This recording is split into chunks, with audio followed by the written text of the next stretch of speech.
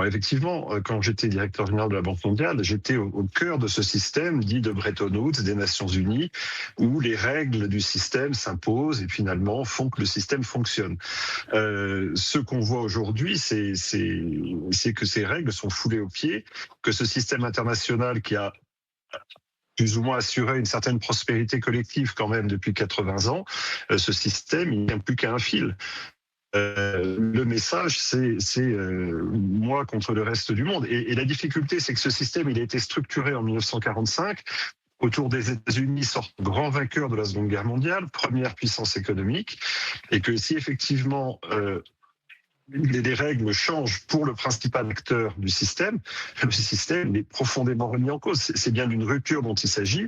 Et c'est sûr que l'Europe était d'une certaine manière le principal bénéficiaire de ce système. Et c'est vrai. Et donc de se réveiller aujourd'hui et effectivement de se faire traiter comme on se fait traiter, c'est quelque chose qui est extrêmement dur.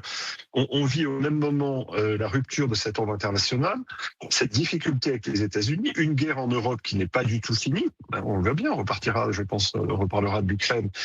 Et puis, une tension avec la Chine sur notre appareil industriel et économique.